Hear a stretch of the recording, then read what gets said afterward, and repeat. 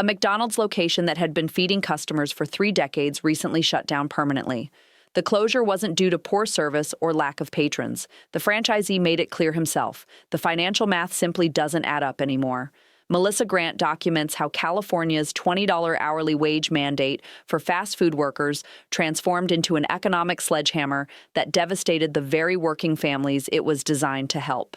Scott Rodri operated a McDonald's in San Francisco's Stonestown Galleria for 30 years, 3 decades of serving Big Macs, Happy Meals, and McFlurries.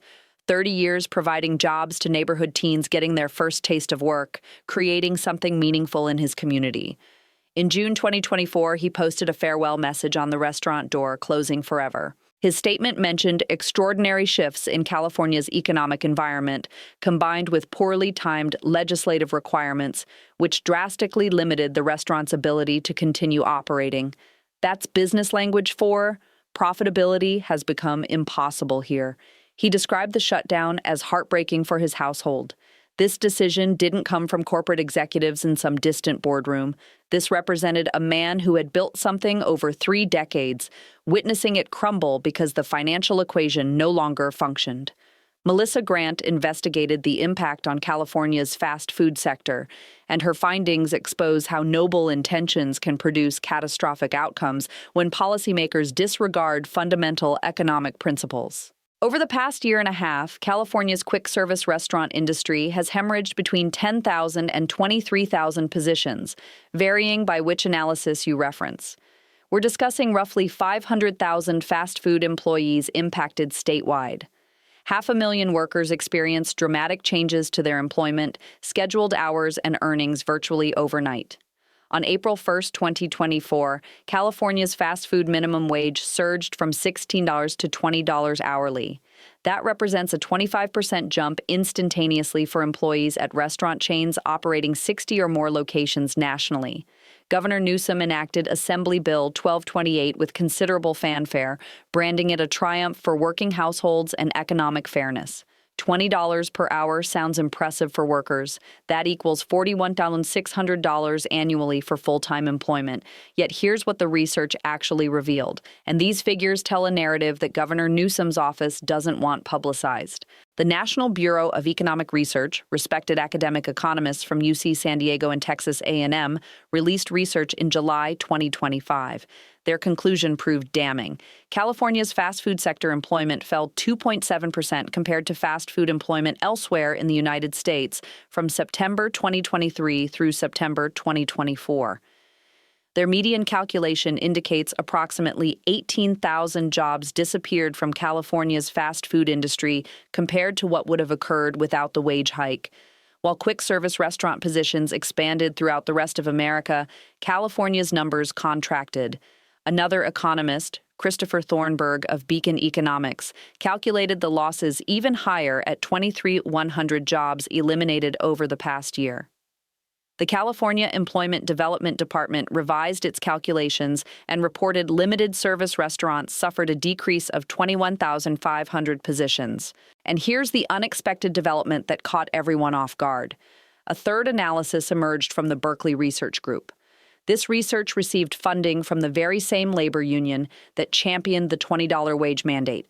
Even that study acknowledged 10,700 jobs vanished, describing it as the steepest decline this century outside of the Great Recession and the pandemic. Consider that carefully. The organizations that demanded the wage increase had to concede that employment opportunities disappeared. 3 separate investigations, 3 different calculations, yet they all indicate the same direction. The job elimination is genuine, substantial, and directly linked to the wage requirement. But what makes this even more catastrophic is this: the terminations began before the legislation even became active. Pizza Hut franchisees throughout California examined the calendar in December 2023, calculated the costs, and reached a decision that would shatter countless lives. They submitted official notifications announcing the elimination of every single delivery driver position. Pack Pizza and Southern California Pizza Company together terminated over 200 positions across Orange, Los Angeles, Riverside, San Bernardino, and Ventura counties. Another 800 employees got hit in Sacramento, Central California, and the Reno-Tahoe region. One driver who had worked at Pizza Hut for 9 years informed Business Insider he received $400 in severance compensation. $400 for 9 years of pizza delivery. That calculates to roughly $44 for each year of dedication. Following the mass layoffs, consumers had to utilize DoorDash, Grubhub, or Uber Eats for pizza delivery. Pizza Hut essentially declared it wasn't their concern anymore, but Pizza Hut wasn't alone in this corporate devastation. Melissa Grant documented what transpired at Rubio's Coastal Grill. This represents the company credited with inventing the fish taco, launched in San Diego in 1983. At their zenith, they operated nearly 200 restaurants throughout the Southwest. On May 31, 2024, Rubio's shuttered 48 California locations simultaneously, 13 in San Diego, 24 throughout the Los Angeles area, 11 in Northern California. Just like that, workers arrived for their shifts and discovered they no longer had employment. 5 days afterward, Rubio's filed Chapter 11 bankruptcy with exceeding $1 billion in liabilities and under $30 million available cash. And here's the devastating detail. It marked their second bankruptcy within 4 years. Their chief restructuring officer stated the company experienced negative effects from declining in-person traffic due to remote work arrangements and from escalating food and utility expenses, coupled with dramatic increases to California's minimum wage. Translation: customer traffic plummeted, operational costs skyrocketed, and the mathematics ceased functioning.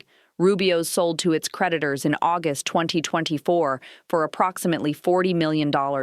For perspective, private equity firm Mill Road Capital purchased Rubio's in 2010 for $91 million, so across 14 years, the enterprise lost more than half its valuation. The human toll of these policy choices extends far beyond corporate financial statements. Monica Navarro served as assistant general manager at a Foster's Freeze in Lemoore, California. It's a small town, roughly 3 hours north of Los Angeles. The owner, Lauren Wright, had been running this outlet for years. On April 1, 2024, the precise day the $20 minimum wage activated, he closed the operation permanently. Several employees initially thought it was an April Fool's prank. They received a text in their staff group chat announcing the store's closure, and they refused to believe it.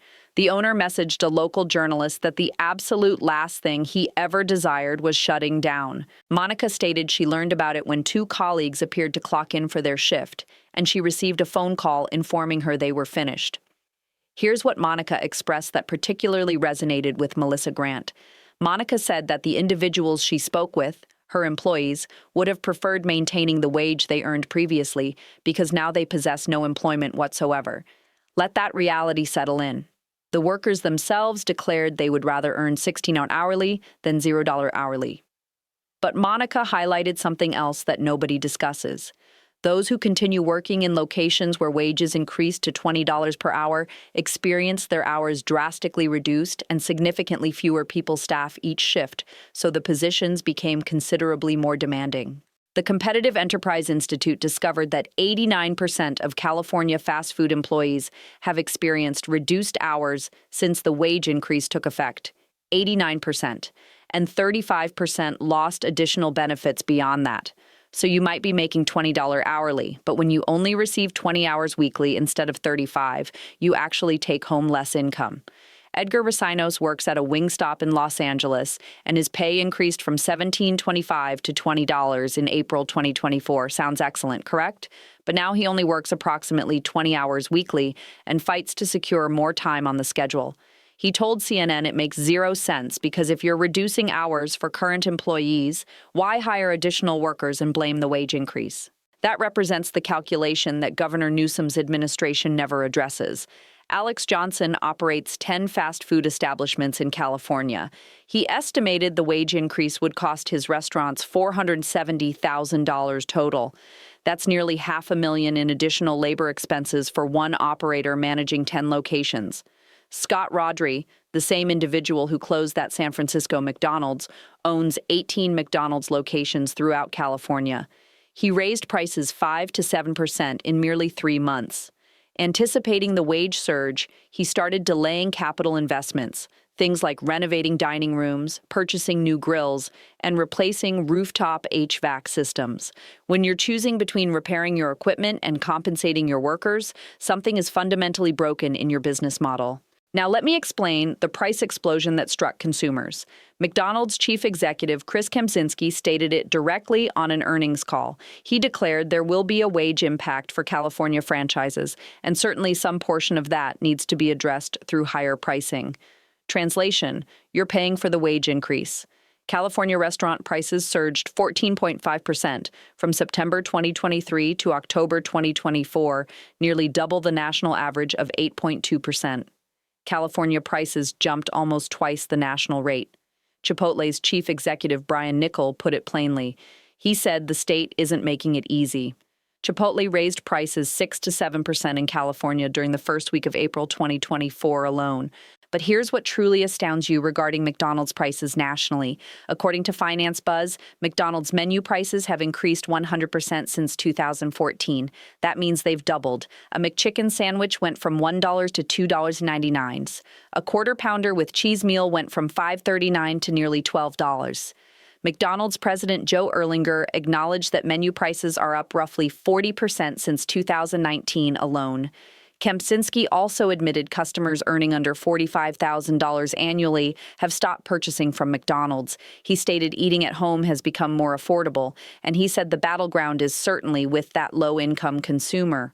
When McDonald's, the corporation built on accessible fast food, acknowledges that eating at home is cheaper than its restaurants, something has fundamentally shifted in the American economy.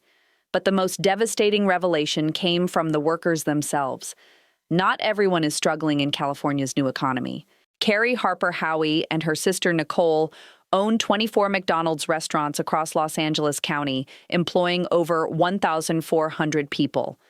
Their family has been in the McDonald's business since 1984. When asked about the wage increase, Carrie said, "You cannot raise prices sufficiently to cover the costs." But she's adapting in ways that reveal just how desperate the situation has become. She assigned a supervisor to visit every restaurant and conduct food cost analysis, asking, are they distributing too many ketchup packets? Are they putting too many squirts of sauce on the Big Mac? That's what it has come to, counting ketchup packets to survive. The pattern is clear and undeniable. Higher costs, higher prices, fewer hours, fewer jobs, and for some businesses, closed doors forever. California's fast food industry is not dead. McDonald's still maintains over 1,400 locations in the state. Chick-fil-A lines still wrap around the building. But the industry is transforming in ways that harm the very people the law was supposed to help. The workers who keep their jobs make more per hour but often work fewer hours. Customers pay more for the same food. Franchisees either adapt or close, and the companies that cannot figure out the math, they disappear. Monica Navarro from That Foster's Freeze said something that haunts anyone who understands what's really happening. She said this is not the first business to close. She said there are already several local businesses that have shut down. She's right, and based on these numbers, there will be more. As of early 2025, the Fast Food Council is now considering another increase to $20.70 per hour, with a vote expected in April or May 2025.